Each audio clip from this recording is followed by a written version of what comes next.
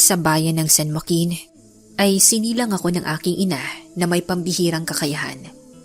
Naiiba ko sa lahat dahil kaya ko raw makita ang hindi nakikita ng iba at makipaglaban sa hindi ordinaryong nilalang.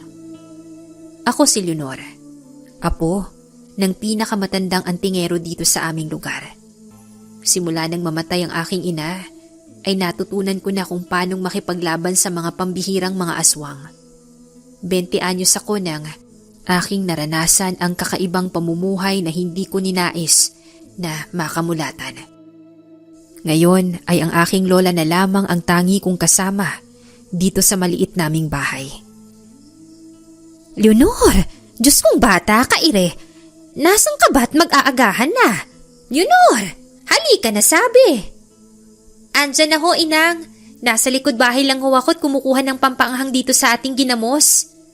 Ay, ganun ba? Halika na nang hindi na lumamig tong kape. Tayo na, magdali ka. Oho, maghuhugas lang ho ko ng kamay la. Sandali lang po. Ikaw nga, Leonor, ay kumilos ng naaayon dyan sa kasarian mo, ha? Para kang lalaki sa kilos mo. Kung buhay lang sana yung nanay mo, siguradong kurot ka lagi dyan sa singit mo. Si inang naman, babae naman po ko, no?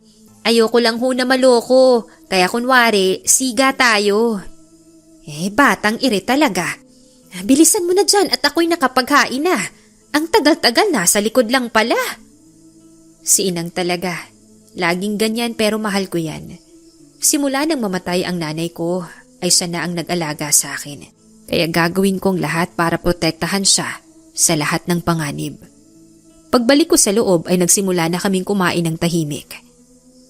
Apo, ikaw baka mamaya kung saan-saan ka na nagpupunta. Alalahanin mo na may kakayahan ka.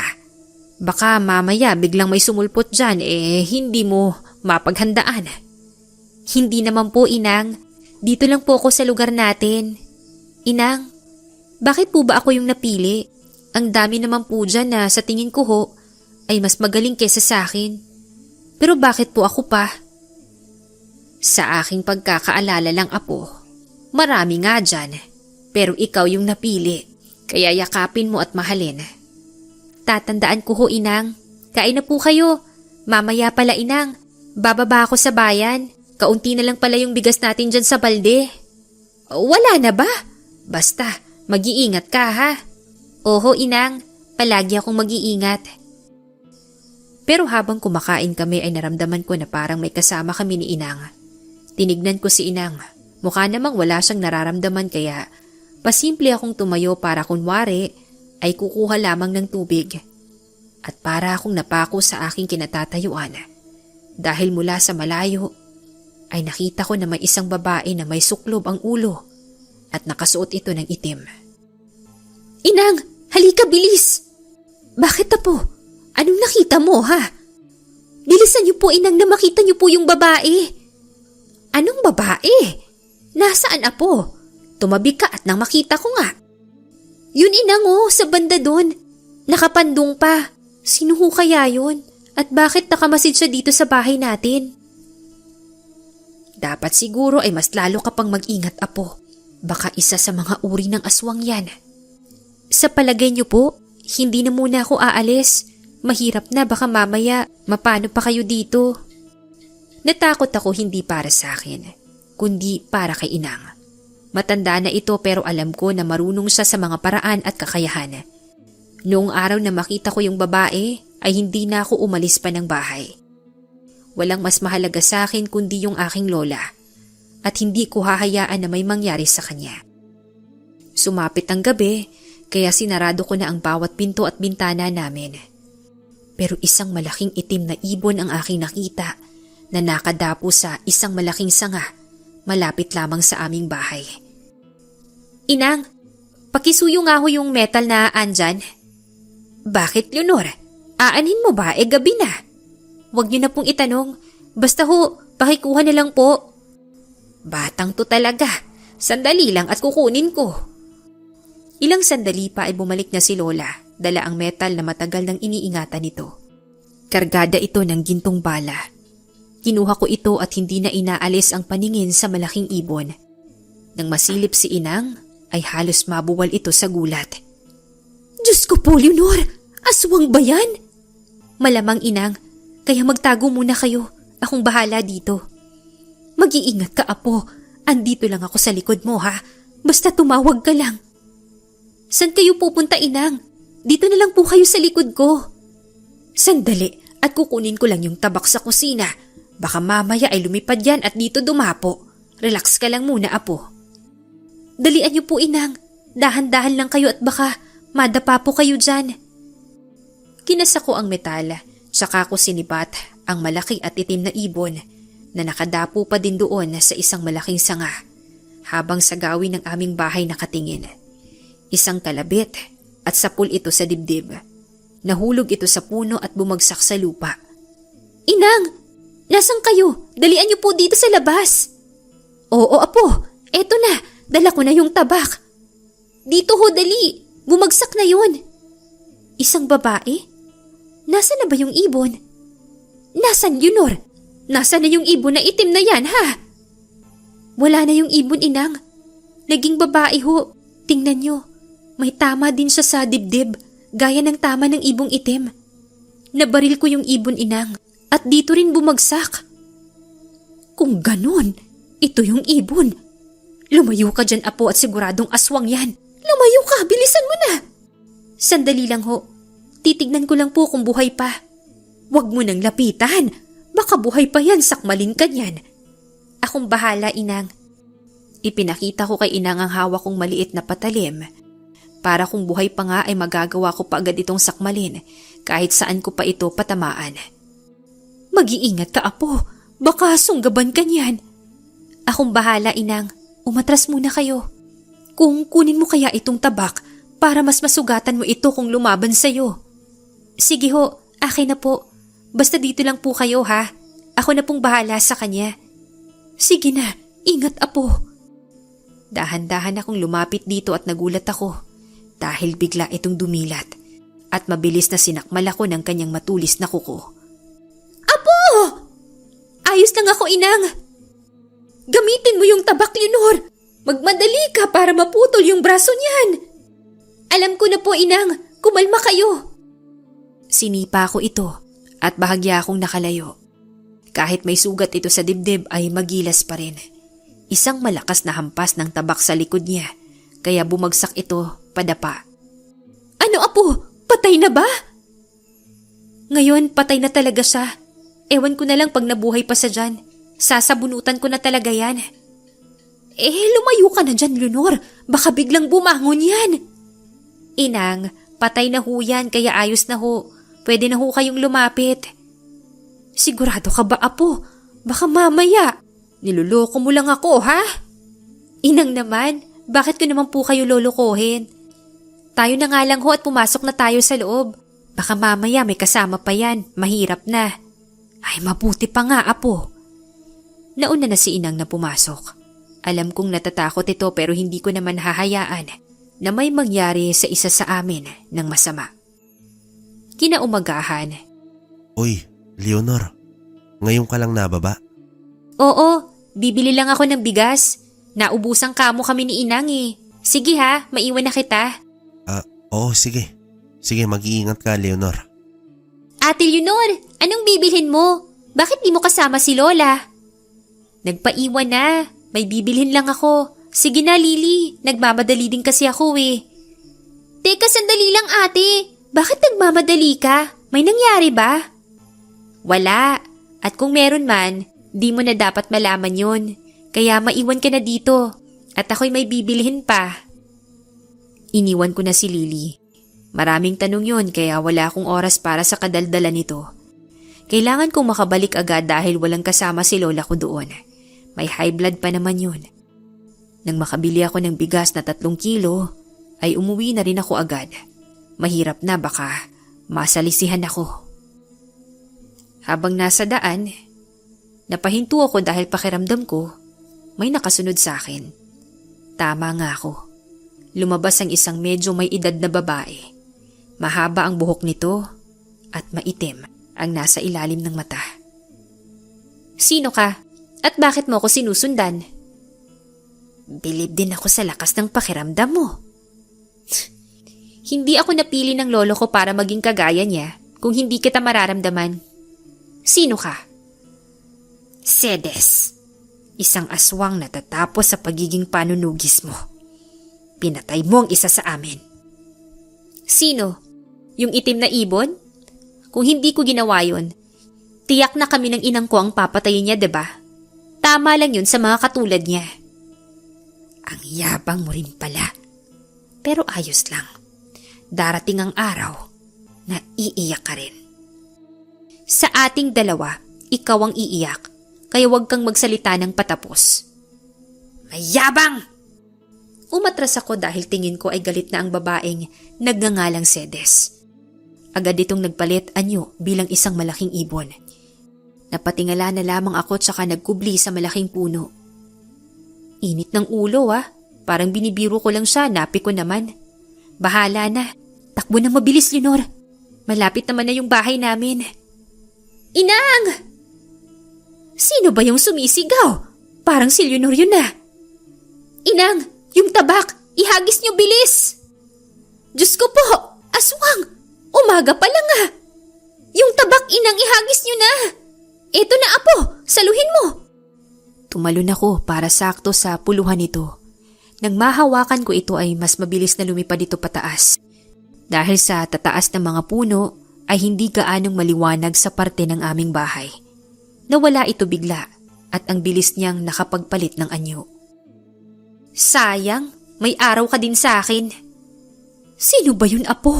Bakit ka hinahabol? Hindi ko siya kilala, inang, pero parang ako, kilala niya. Kilala ka niya? Kung ganun ay sino siya? At ano ang dahilan nito? Yun ang aalamin ko, inang. Pasok na tayo sa loob. At kayo, huwag kayong basta-bastang magpapatuloy dito nang hindi nyo kilala.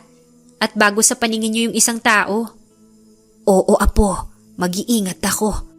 Akin na nga yung dala mong bigas at nang mailuto na. Oo nga pala, inang. Nakita ko si Lily kanina sa bayan. Saan nga ba sila nakatira ngayon? Hindi ko alam sa mag-ina na yun. Simula nang umalis sila dito, wala na akong balita pa. Mukha namang maayos sila.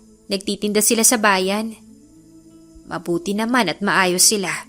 Mas maigi na yung malayo sila dito para hindi na rin natin sila isipin pa. Paano natin malalaman na nasa maayos silang lagay, inang? Hindi ko rin siya gaanong nakausap kasi nagmamadali ako Hayaan mo. At sa susunod ay ako na mismo yung magpupunta sa kanila. Bandang hapon ay nagsisiga ako sa likod ng bahay, habang si inang ay gumagawa ng kanyang nganga. Isang boses ng batang babae ang aming narinig mula sa harapan ng aming bahay. Inang, tingnan niyo, may bata dito. Ano kamo? Anong bata? Bakit magkakaroon ng bata nga? Ito nga ho, inang may bata nga dito. Mukhang nawawala siya kaya tulungan natin. Nawawala? Paano, apo? Baka ho naiwan ng nanay niya itong bata pagkatapos. Baka tumakbo ito kaya nga...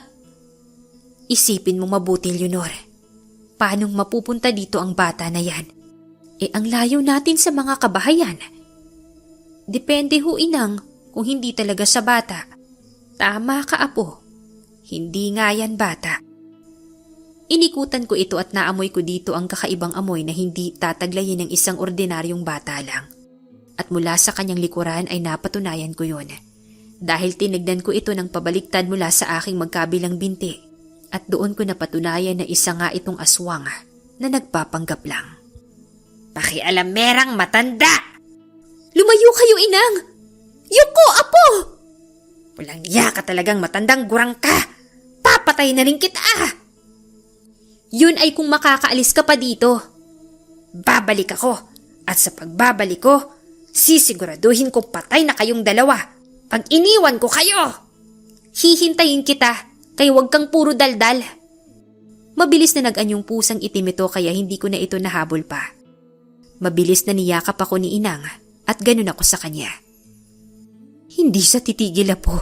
Mag-iingat ka dahil baka mukhang tutuhanin niya yung banta niya. Huwag po kayong matakot. Hindi ko hahayaan na manaig sila. Kakampi natin ng Diyos. Kaya mas malakas tayo. Naiintindihan niyo ba? Sana nga, Apo. Sana nga. Para matapos na to. Inang, hindi po matatapos to dahil may nakaatas sa akin na mabigat na responsibilidad. Kaya dapat po manalig tayo. Alam ko, Apo. Kaya ako nandito palagi, ha? Nasa likod mo lang ako. Aalalayan kita. Salamat, Inang. Nandito lang din po ako sa tabi mo at hindi ko hahayaan na may mangyari po sa'yo. Mabilis na dumaan ang mga araw. Walang oras na hindi ako nakakaramdam ng kaba para sa aming dalawa ng lola ko. Hanggang sa maaktuhan ko ang isang pagkakagulo isang gabi na pauwi na sana ako sa bahay. May isang nilalang sa bubungan ng isang bahay. Mahaba ang dila nito at halos kasing laki rin ng tao. Balita ko, meron daw naghihingalo sa bahay na yon kaya naroon, sakto ang isang aswang. Anong meron dito? Si Lily ba yun? Ate Leonor! Ate, ikaw nga! Tulungan mo kami! May aswang sa bahay namin! Kitang-kita ko yung itsura niya! Bakit may aswang sa bahay niyo? Sinong buntis? Walang buntis, ate. Ang kinakasama ni nanay. May sakit. Ilang araw na. Kaya nagtataka kami kung bakit may ganong aswang malapit sa bintana. Mabuti at nakita ko siya. Nasaan yung aswang? Anong itsura ba? Payat, ate. At may mahabang dila siya. Basta nakakatakot. Biglang tumakbo kaya hindi ko alam kung saan nagpunta. Sige, alam ko na kung ano yun. Siguro mahilig sa alak yung tatay-tatayan mo, no? Kaya ayan, nilapitan ng aswang. Anong klaseng aswang ba yun, ate? Isang andudo, no? Mahilig sa mga may sakit at malapit ng mamatay. Sige na, bantayin mo na yung tatay mo. At malamang nasa paligid lang yun. Magtabi ka ng lingkaw sa gilid ng katawan nito, ha? Sige, ate. Ikaw din mag-iingat ka pa uwi. Madilim na. Delikado na. Nagtatakbo ako dahil naalala ko si Inang. Nag-iisa lang siya doon sa bahay. Hindi ko maipaliwanag kung bakit ang lakas ng kabog ng dibdib ko. Pero alam kong kaya na ni Inang na makipaglaban dahil marami din siyang karanasan. Malapit na ako nang marinig ko ang sigaw nito kaya naman halos mapugto ang mga ugat ko sa binti para makatakbo lang ng matulin. Inang! Inang! Leonor! Apo! Sandali lang, Inang! Andyan na ako, Inang! Napaluhod ako dahil wala nang laman loob ang inang ko. At kita ko pang isang anino na tumakbo palabas mula sa bintana namin. Kaya sandali ko munang iniwan ito doon. Tumigil ka! Kung hindi, uubusin ko sa katawan mo ang lahat ng tingga na to. Bakit di mo subukan? Anong sabi ko sa'yo? Babalik ako, di ba? Hayop! Magbabayad ka sa ginawa mo sa lola ko! Papatayin din kita! Masyado ka nang naging bilib sa sarili mo kasi akala mo lahat kaya mo. Oo nga, kaya ko. Kaya ngayon, mamamatay ka na! Kung maabutan mo ko. Bakit naman hindi? Subukan natin. Ang bilis ng kilos nito pero dahil sa ginawa nito sa lola ko ay hindi ko siya mapapatawad. Kinuha ko ang tabak na nakatusok sa isang gilid at sinalubong ko si Cedes sa kanyang pag-atake rin. Para sa lola ko, mamamatay ka na! Sumugod ka! Iiyak ka sa huli, aswang! Umilag ito pero hindi ko hinayaan na makalayo ito sa akin. Binato ko ang hawak kong tabak at sakto naman na nasapul ko ito sa mukha. Nagdugo ang ilong nito kaya napahawak ito doon, sabay lapag sa lupa. Muli ay nasaluko ito kaya wala na akong sinayang na oras. Nang makuha kong muli ito ay tinakbo ko agad ang kinaroroonan nito at walang awa ko siyang tinadtad ng saksak at taga sa lahat ng parte ng katawan nito. Ngayon ka tumawa ng tumawa. Hindi kita mapapatawad. Pinatay mo ang nag-iisang babae na kumalinga sa akin ng mahabang panahon. Kung ganon, pasensahan tayo dahil naunahan kita. Ubos na lahat. At ikaw ang kapalit nun. Uubusin ko rin ang dugo at laman loob mo. Susunugin kita ng pinong-pino. Nagsuka ito ng dugo at nagtamo ng napakaraming sugat. Kaya hindi na ito makakatayo dahil halos maputol lahat ng parte ng katawan ng aswang. Tinitigilan ko lang ito nang makita kong putol-putol na ang bawat parte ng katawan ni Cedes. Binalikan ko ang aking lola at halos magunaw ang mundo ko. Hindi! Inang! Patawad po! Bakit hindi niyo ako hinintay? Inang naman eh. Sabi niyo hindi niyo ako iiwan, dito lang kayo sa likod ko. Pero bakit ngayon iniwan niyo ako? Diba marami pa tayong laban na gagawin? Gumising kayo dyan, Inang. Gumising kayo, please. Uubusin ko silang lahat. Pangako ko yan sa'yo. Uubusin ko sila. Isang linggo matapos kong ipagluksa si Inang ay umuwi akong mag-isa at lugmok dahil nawala siya nang hindi ko man lang siya natulungan. Kung hindi siguro ko nagtagal sa bahay nila Lily, sana ay naabutan kong buhay pa ito. Ate! Ate Leonor! Lily, anong ginagawa mo dito? Tsaka sinong kasama mo? Ako lang, ate. Nakita ko si Gido nung minsan. Tinanong ko kung saan yung bahay mo. At dito ka nga tinuro. Bakit? Anong kailangan mo? Gusto lang kitang kumustahin. Nag-iisa ka na lang kasi ngayon eh. Pwede kitang samahan dito. Kaya ko na mag-isa dito. Umuwi ka na. Pero ate, paano ka naman? Mag-isa ka na lang. Kaya sumama ka na kaya sa bahay. Hindi na, Lily. Kaya ko nang ako lang dito. Salamat. Pero hindi ko iiwan yung bahay namin ni Inang. Eh kung samahan na lang kaya kita dito ha. Para kahit papaano may makausap ka. Sinabi kong wag na. Ang kulit mo ah. Alis na. Sige. Aalis na. Mula nang mamatay si Inang, parang nakalimutan ko na rin ang salitang tawa. Pakiramdam ko kasi, kasalanan ko yung lahat. Mas inuna ko pa sila kaysa sa kanya. Kaya ipinangako ko sa mismong puntod niya na tutugisin ko lahat ng aswang at walang matitira. Isang hapon, muli kong narinig ang boses ni Lily. Sumisigaw. Ate Leonor! Boses ba ni Lily yun? Diyos ko! Lily! Bilisan mo! Ate! Tulungan mo ako! May malaking bayawak! Bilisan mong tumakbo! Bumalik ako sa loob para kunin ang metal at nang makuha ko ay lumabas ako agad. Dapa! Dapa, Lily! Ah! Itong sayo! Walang yakang bayawak ka! Ate! Tayo na, Lily! Bilis! Tinakbo ko si Lily dahil umiiyak na ito sa takot. Mabilis ko siyang hinila at tumakbo kami pabalik. Ano ba yun, ate? Bakit ang laki ng bayawak na yun? Mga aswang yun. Bakit pa kasi nandito ka ha? Di ba sinabi ko na sa'yo na ayos lang ako?